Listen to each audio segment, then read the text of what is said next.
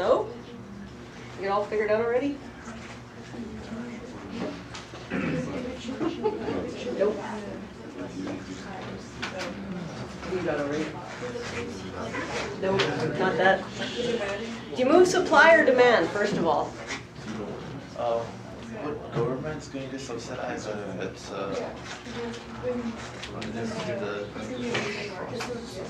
We're talking about a positive externality, right? The negative externality imposes a cost.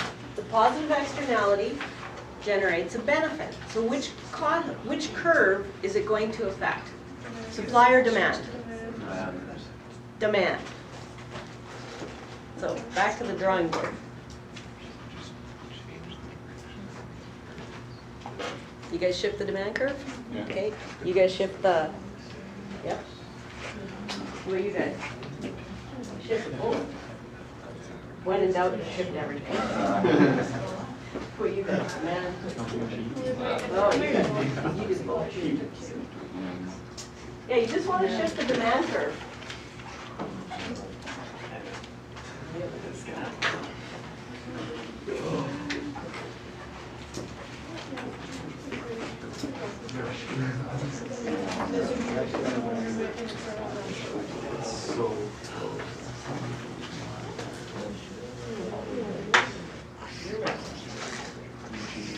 So here you have a demand curve. You could consider this private benefit. Right? So we've got a supply curve for the marginal cost. Costs always affect the supplier. It always affects, if there's changes in costs or technology or production, you shift supply. So if you think back, tying the class together, you think back of what we talked about with exogenous factors, what shifts supply, what shifts demand. With demand, we're talking benefits, marginal benefit, and in this case, a benefit is imposed on someone. So there's a benefit that is not being included in the market, in the decision making. So that means we've got, I guess we could call this social demand. So this social benefits, marginal social benefits.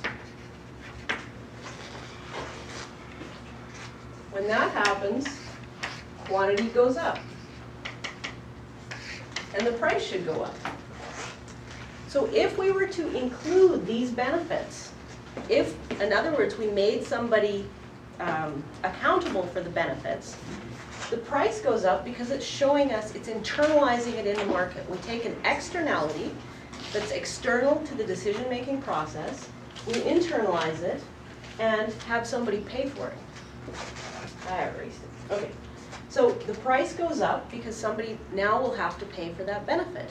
And because it's a benefit, in the case of a positive externality, society is not, or the private industry is not producing enough. Quantity is too low. With a negative externality, quantity is too high. It's the exact opposite. Positive externality, quantity is too low. So when we internalize these benefits, it means that somebody will have to pay for it because they're getting something for nothing. And because it's valuable, we really need more. So the quantity goes up and the price goes up. That's what I'm going to ask you to do. So where do you see this? Education. Education? Yeah, that's kind of like that. With we call that a merit good. So it's sort of like a half public good, half private good. So if there are social benefits to education, and we consider K through 12 to be a situation like this, if there are social benefits, then there should be more education offered, or better education, with greater value, greater price, and maybe more seats in the school or whatever. What's another example of a positive benefit that you get but you don't pay for? A highway or something like that? Like once it's in, you can use it and you're not really paying for it anymore? Yeah, yeah, that could be it. What about? Wouldn't the power or the heat in Sweden and Finland be the same way then? It might be. green, so there's no pollution from it. They actually pay. So in that case, it's like the lack of something negative rather than the addition of something positive, because they do pay. We don't pay for the extra costs. Gasoline in, sorry, Yep. gasoline in Venezuela? Gas in Venezuela. I think that's just a market situation where it's heavily subsidized. Well, So- it has a benefit as for consumers because they can drive around for real cheap. Okay, but they have to pay for it, right? They're What? just not paying enough because it would be subsidized. And so the marginal cost, there would be a subsidy here, so I wouldn't say gas would be one of them. I think it's something you get for nothing. Can you think If of, a farmer plants some shelter belts for snow and wind erosion, and Yeah. they're good for wildlife and people view them too. exactly. Shelter belts would be a good example of this situation. Who pays for the shelter belt? The farmer, right? So if the farmer plants a big enough shelter belt, I get benefits driving down the road. I hate that. You're driving down the road, then you're like in the wind like this, and then you come up to a shelter belt and you almost go on the other side of the road. It's bad on a motorcycle, let me tell you. So there are public benefits to having those shelter belts. There's road, there's public, there's wildlife, there's all kinds of things. But why, if there are public benefits, does the farmer pay? The farmer should be able to get some of the money back. Or maybe the farmer's not planting enough. If they planted a longer shelter belt, society would benefit more. So there's a benefit that we're not paying for that we get for nothing.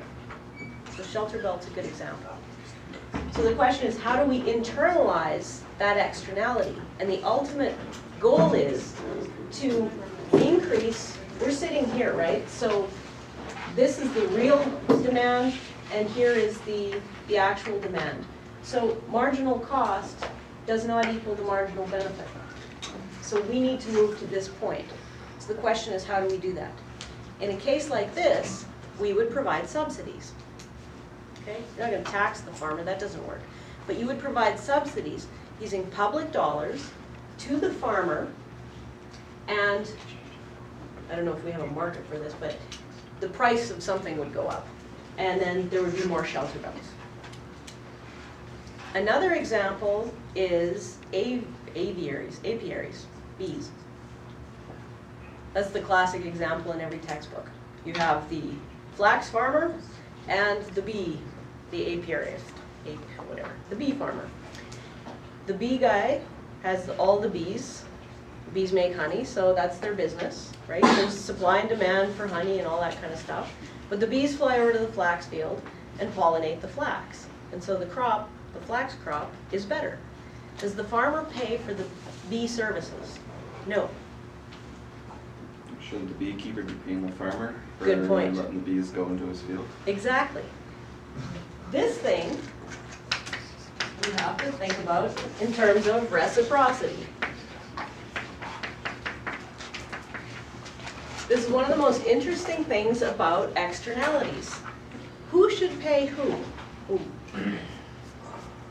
Like in the bee flax case, there's a positive externality created on both sides of the fence. So maybe the flax farmer should plant more flax so the bees have more pollen to make more honey. So who's getting the benefit? And who should pay? How do we solve these problems? Just enjoy what you have? Don't recognize it? That's typically what happens. Remember what I said with we don't often talk about positive externalities, we talk about negative ones because somebody's getting shafted and they want the situation fixed. So with an externality, there's reciprocity. And reciprocity, when you think about it, if, say for example, the tar sands weren't there, there wouldn't be a problem, right? There would be no pollution. But if society wasn't there, they wouldn't be seeing all this bad stuff going on. You build a fire, your neighbor doesn't like the smoke, well, tell your neighbor to go away and then you won't have a problem, right? So it sort of takes two to tango. So how do we solve these problems of externalities? What do we as a society typically do? What happens when somebody has a cost imposed on them? What's the first thing they do? What do they typically do? What do we do in North America, especially the States? Sue, we sue people. That's why there's so many lawyers, right? Okay, suing people is one thing. What does that accomplish? Get you some money back. Yeah, somebody pays somebody. But is that the best solution? Remember, we're in Econ, whatever, 330. What's the best solution? What should we do? If you're in- externalities in the price, then you wouldn't need to sue anyone. One way or another, you want to reach the most efficient solution. Suing does not arrive at the most efficient solution. What suing does is blames one party or the other. That's it. And after that, who knows what happens. Let me give you an example of an externality, and this was a case that my PhD advisor was working on in Colorado.